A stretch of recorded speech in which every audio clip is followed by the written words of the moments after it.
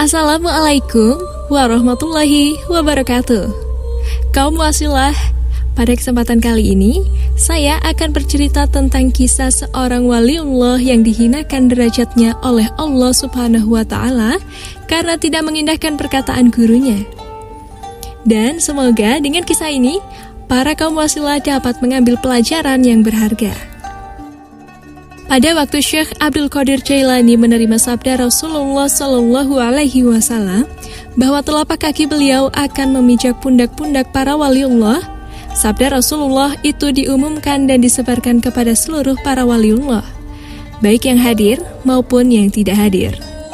Mendengar pengumuman itu, mereka para waliullah menghadap Syekh Abdul Qadir dan mereka meletakkan kaki beliau di atas pundaknya masing-masing karena menghormati dan mengagungkannya. Kecuali seorang waliullah bernama Syekh Son'ani. Ia berkata, "Saya juga cinta mahabbah kepada Syekh, tetapi untuk diinjak pundakku nanti dahulu, dan rasanya tidak perlu." Ucapan Syekh Son'ani itu terdengar oleh Syekh Abdul Qadir, dan beliau berkata, "Telapak kakiku akan menginjak pundaknya, si penggembala babi." Tidak berapa lama kemudian, Syekh Son'ani berangkat berziarah menuju kota Mekah diiringi sampai ratusan santri-santrinya. Takdir tidak bisa ditolak. Demikianlah ketentuan Allah Subhanahu wa Ta'ala berlaku bagi hambanya. Pada waktu Syekh Son'ani berjalan melewati sebuah kampung yang penduduk mayoritas menganut agama Nasrani, kebetulan ia melihat sebuah kedai. Penjual warung itu seorang perempuan beragama Nasrani penjual minuman keras. Keistimewaan perempuan itu pandai menarik para pembeli karena wajahnya cantik, tiada banding, badannya mulus dan mantap, mendebarkan hati para pemuda.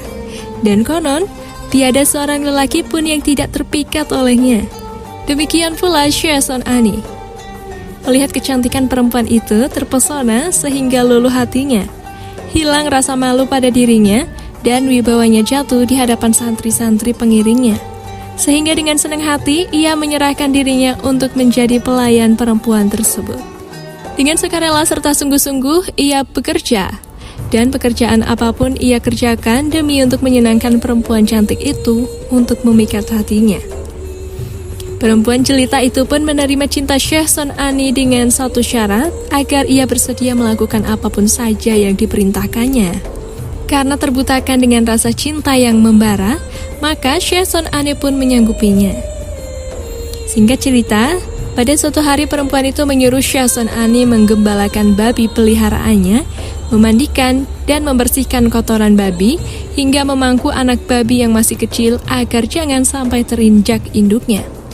Syekh Son'ani tidak merasa hina disuruh menggembala babi, malah merasa bangga dan gembira diperintah kekasihnya itu.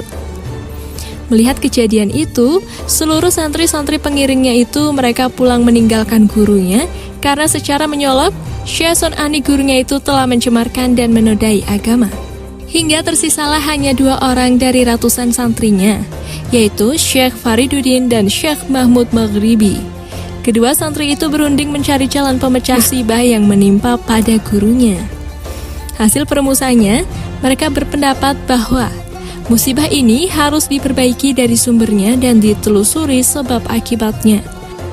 Kemungkinan karena tidak adanya loyalitas murid terhadap gurunya dan kata bertuah yang dikatakan Syekh Abdul Qadir kepada Syekh Son'ani.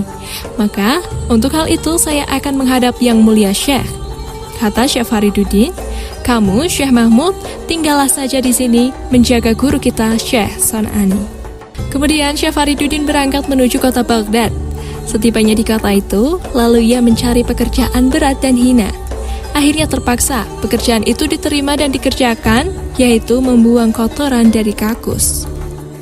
Pada suatu hari, Syekh mengetahui dan menyaksikan Syekh Fariduddin sedang bekerja berat, yaitu sedang menjunjung wadah yang penuh dengan kotoran.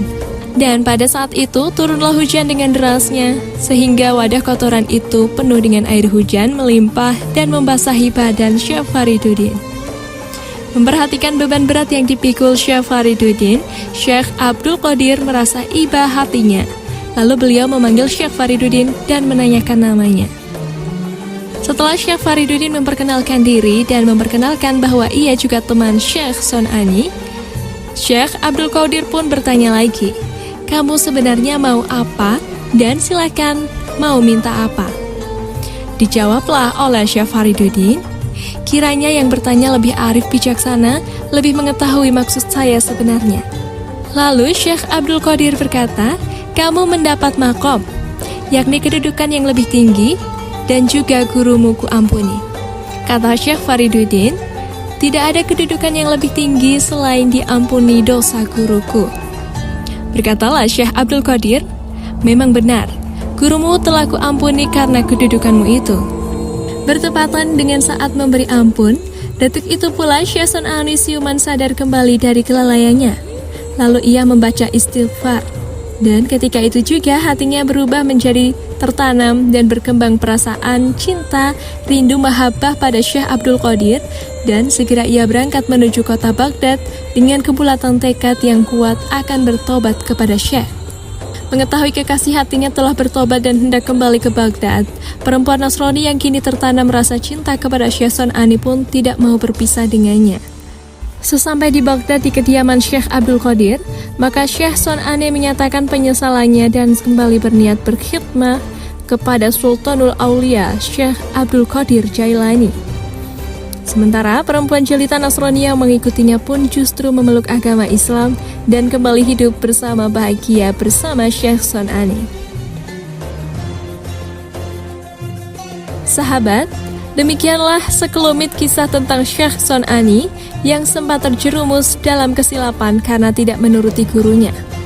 Semoga ini dapat menjadi pembelajaran untuk para salik yang sedang berusaha untuk wusul kepada Allah Subhanahu wa Ta'ala dengan dituntun oleh guru mursyidnya masing-masing.